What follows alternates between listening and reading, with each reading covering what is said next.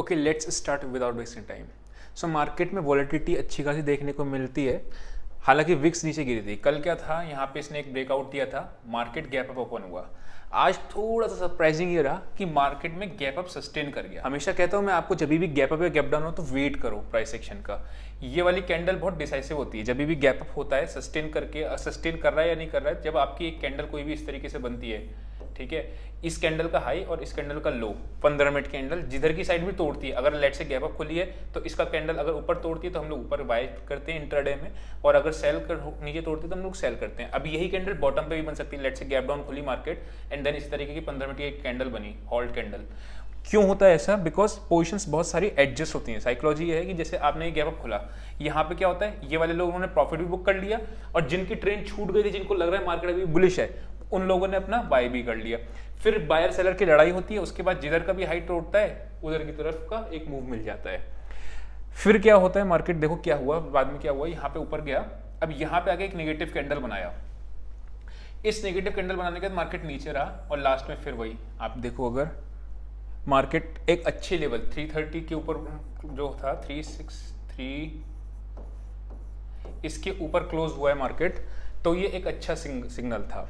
ठीक है, अब कल क्या हो सकता है बैंक निफ्टी में, चार्ट पे देखते हैं, फिर हम ऑप्शन चेन पे चलते हैं। मैं आपको बहुत टाइम पहले से बता रहा हूं कि हम लोग सेलिंग की तरफ नहीं जा रहे हैं। अभी सेलिंग की तरफ हम लोग नहीं करेंगे। जब से यहाँ पे आपका 35,000 का इसमें ब्रेकआउट आया, उसके बाद से मैं सेलिंग की तरफ प्रेफर नहीं कर रहा हूँ। ठीक है, अगर हम इसका वन डे चार्ट देखते हैं तो आप वन डे चार्ट में देखोगे तो एक बुलिश सिग्नल निफ्टी में भी आया है और एक बुलिश सिग्नल बैंक निफ्टी में भी आया है। ये देखो, तो अब समवेयर अराउंड ये 36,000 के आसपास का आपका ये एक अच्छा सपोर्ट का काम करेगा पोजीशन बेसिस पे भी।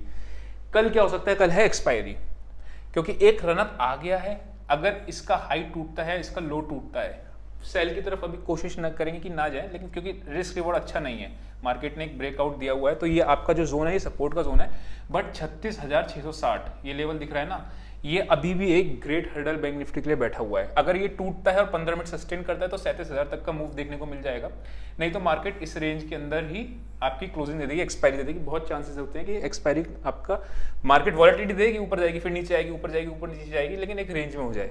36,660 का लेवल 15 मिनट की कैंडल अगर तोड़ के सस्टेन कर जाती है, फिर हम लोगों को 37,000 तक का मूव मिलेगा, शॉर्ट कवरिंग के लेके जाएगी। नेक्स्ट है आपका निफ्टी। निफ्टी थोड़ा सा अच्छे उस पर बंद हुई है। यहाँ पे हम लोगों को बहुत टाइम से कंसोलिडेट कर रही थी, बड़ा दिमाग खराब होता था कि यार मार्केट एक रेंज में है, ऊपर नीचे। हालांकि हम लोगों ने अच्छा बाइंग सिग्नल से भी पकड़े थे, सेल तो हम कर ही नहीं थे पिछले 3 दिन से। यहाँ पे अब इसने एक ब्रेकआउट दे दिया है ऑलरेडी, 17,440 के ऊपर ब्रेकआउट दे दिया। अब 17,440 है या 17,400 के आसपास का ये आपका एक अच्छा सपोर्ट काम करेगा। ऊपर में इसके साथ भी है ये 17,620। अगर आप पहले से ट्रेडिंग करते होगे तो आपको पता होगा ये यहीं पे ही इसका बहुत ज़्यादा हर्डल मिलता है इसको, 17,600। तो ये 6 इसका भी क्या होगा, मार्केट इसके ऊपर जाएगी तो 600 तक का मूव आप एक्सपेक्ट कर सकते हो। अभी हम ऑप्शन चेन देखेंगे, उससे एनालिसिस करने की कोशिश करेंगे मार्केट की रेंज कहाँ से कहाँ तक पहुँच सकती है। तो सेल साइड हम लोग अभी इग्नोर कर रहे हैं। सेल साइड हम लोग जब तक इसके नीचे नहीं आएगा, 17,400 के नीचे, 17 बल्कि 350 कर लो, क्योंकि 17,400 के पुट राइटर जब ट्रैप होंगे तभी मूव आएगा, नहीं तो 17,400 पे अच्छी पुट राइटिंग है। चलो ऑप्शन चेन की तरफ चल के देखते हैं एक बार कि कहाँ पे क्या पोजीशंस बनी है। ये है इसकी निफ्टी की ऑप्शन चेन। अगर आप देखोगे तो ये सब शॉर्ट कवरिंग है, ठीक है ना। और यहाँ पे आपकी पुट राइटिंग हो रही है, सबसे मेजॉरिटी पुट राइटिंग हुई है आपकी 17,500 पे। आप देखो 57 लाख टोटल में ओआई खड़ा हुआ है, और इधर 17,500 पे आपका 61 लाख खड़ा है। रसाकशी का लेवल है 17,500, ठीक है। 17,525 के ऊपर जाएगी तो हम लोग फिर से निफ्टी को बाय ट्रेड करेंगे फॉर अ टारगेट ऑफ 17,600 तक का, 620 तक का, ठीक है। क्यों? क्योंकि 17,500 के कॉल राइटर्स जो हैं आपके, ये ट्रैप होने शुरू हो जाएंगे। आप देखोगे अगर थोड़ा सा कॉल अनवाइंड भी हुई है 17,500 पे, वेयर एज अगर आप देखो तो 17,500 पे पुट राइटिंग आज हुई है हैवीली। तो यानी मार्केट में एक बेस बन गया है, 17,500 है, 17,400, ये पूरा अच्छा आपका सपोर्ट का काम करेगा कल के लिए। लेकिन ऊपर में भी अगर आप देखोगे तो यहाँ पे भी कॉल राइटिंग अच्छी है। तो ये कॉल राइटर्स का प्रीमियम अगर मैं बात करूँ तो हाई देखो कितना गया है, 95 रुपीज़ तक का। मतलब आज में 95 रुपीज़ तक का हाई गया। लेट से 80 to 85 रुपीज़ तक का कुशन है ऑप्शन राइटर जो ये कॉल करके बैठे हुए हैं। लेकिन अगेन अगर 12:30-1 बजे के आसपास आपको सिग्नल दिखे कि हाँ, सेकेंड हाफ में सिग्नल दिखे कि मार्केट एक रेंज में थी, देन ऊपर जाने की कोशिश करे, तो फिर हम लोगों को मार्केट में इसमें भी शॉर्ट कवरिंग देखने को मिल सकती है। याद रहे बहुत बड़ा गैप अप होता है, बहुत बड़ा गैप डाउन होता है, मैं इंट्राडे में फिर मेरे लिए ट्रेड कॉल पुट बेचते रहो और प्रीमियम थीटा डी के करते रहो, वो मुझे ज़्यादा मिल जाता है बिकॉज साइडवेज रहती है मार्केट। अगर मार्केट एक रेंज में रहती है, मतलब ज़्यादा गैप अप या गैप डाउन नहीं खुलती है, फिर हमको इंट्राडे में ट्रेड अच्छा मिलता है। अच्छा, निफ्टी की रेंज बता देते हैं। निफ्टी की रेंज है 17,425, नीचे में 400-425 के आसपास, ऊपर में 17,600। ये एक रेंज है निफ्टी की जहाँ की एक्सपायरी हो सकती है 17,400 से 17,600 के बीच में। बैंक निफ्टी की देखते हैं हम। बैंक निफ्टी का थोड़ा सा आप देखो, ये कॉल राइटिंग्स अनकवर हुई हैं, ठीक है ना, लेकिन यहाँ पे आपकी कॉल राइटर्स एक्टिव है। अगर आप देखो कौन से लेवल पे 36,300, 400, 500, 600, 700, सब जगह कॉल राइटर्स एक्टिव है, ठीक है। इन सबको ऊपर के टाइम पे क्योंकि प्रीमियम अच्छे खासे है थे तो अच्छा क्वेश्चन मिलेगा इनको। अगर मैं मैक्सिमम कॉल राइटिंग की बात करता हूँ तो बैठी हुई है 37,000 पे, जो कि है 20 लाख। तो मतलब 37,000 will be our upper range का अपर साइड होगा 37,000, ठीक है। देन नीचे की तरफ अगर हम देखें तो पहली सपोर्ट आपकी आ रही है 36,100 पे, आपकी 20 लाख पुट्स हैं, तो यानी 36,000 से 37,000 की एक रेंज है।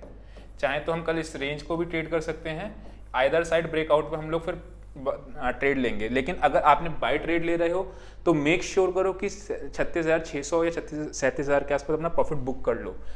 हम लोग रेंज के नीचे आती है, बाय ऑन डिप्स को कल स्ट्रेटेजी में देखेंगे। अगर रेंज के नीचे साइड में आती है तो हम लोग 36,000 के आसपास अगर आप किसी तरह मिल जाती है 36,100, 37,050, तो हम लोग बाय कर लेंगे क्योंकि हमारा रिस्क रिवॉर्ड बहुत फेवरेबल होगा।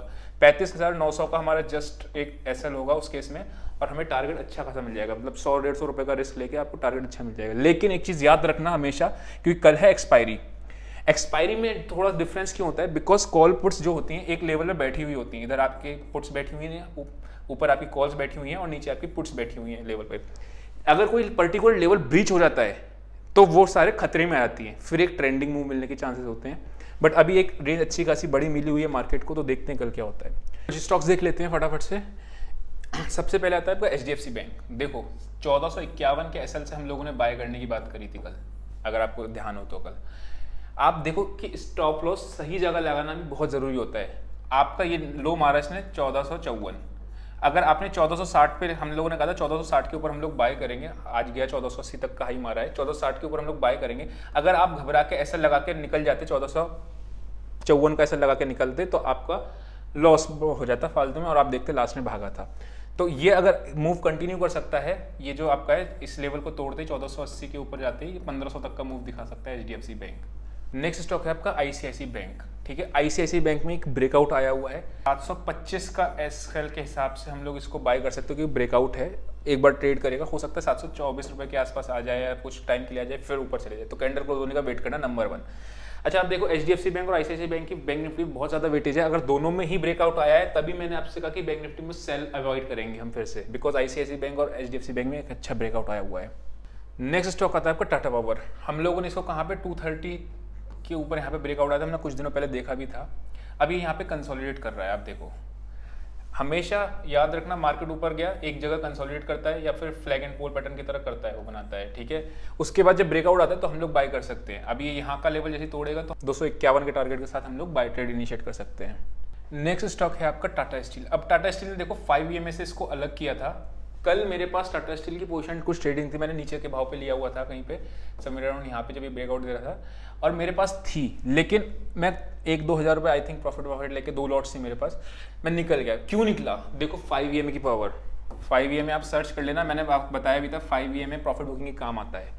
यहाँ पे इसने 5 EMA से अलग किया, मेरी गन लोड हो गई यहाँ पे, ठीक है। अब जैसे इसने ये लेवल तोड़ा कल, जैसे इसने कल डे में ब्रीच कर दिया था, मैंने अपनी पोजीशंस को एग्जिट कर दिया। अब ये 5 EMA का नीचे आया है, लेट से 1295 का लेवल अगर तोड़ता है 1295, जो कि एक लेवल बन रहा है इसका, तो फिर नेक्स्ट टारगेट इसका अच्छा खासा डाउन साइड देख सकते हैं। और एसएल बहुत अच्छा मिलेगा, एसएल मिलेगा आपको 1305 रुपये का, मतलब आप 1295 के शॉर्ट कर सकते हो 10 रुपये के एसएल के साथ। कल हम लोगों ने HDFC भी देखा था, HDFC को बाय करने के लिए उसने भी एक अच्छा मूव दिया। अब HDFC देखो, आपने यहाँ पे एक जगह ऊपर गया, अब हो सकता है थोड़ा बहुत पॉज कर जाए या फिर इधर एक वो बना दे, देन अभी कल नहीं करना इसमें ट्रेड, हो सकता है कल कंटिन्यू कर जाए या नीचे भी आ जाए। लेकिन द मूवमेंट अगर यहाँ पे कंसोलिडेट करके ब्रेकआउट रहता है तो अपनी रडार में रख लेना इस शेयर को, फिर हम लोग इसको बाय ट्रेड इनिशिएट कर सकते हैं। नेक्स्ट स्टॉक आता है आपका महिंद्रा एंड महिंद्रा। महिंद्रा अगर आप देखोगे ऊपर गया, रनअप दिखाया, flag and pole pattern, now breakout. 805 के ऊपर एक भी कैंडल सस्टेन कर जाए, हम लोग 790 या के एसएल से हम लोग पोजीशन ट्रेड भी बाय कर सकते हैं, स्विंग ट्रेडिंग के लिए भी बाय कर सकते हैं, बिकॉज ये 800 का इसका हाई है। 805 के बोलना एक क्वेश्चन रखने के लिए, बिकॉज 800 वाले कॉल लेटर स्ट्रैप हो जाएंगे फिर। तो आज के लिए यही है, निफ्टी बैंक निफ्टी में हम देख लिया ना। सी यू टुमारो।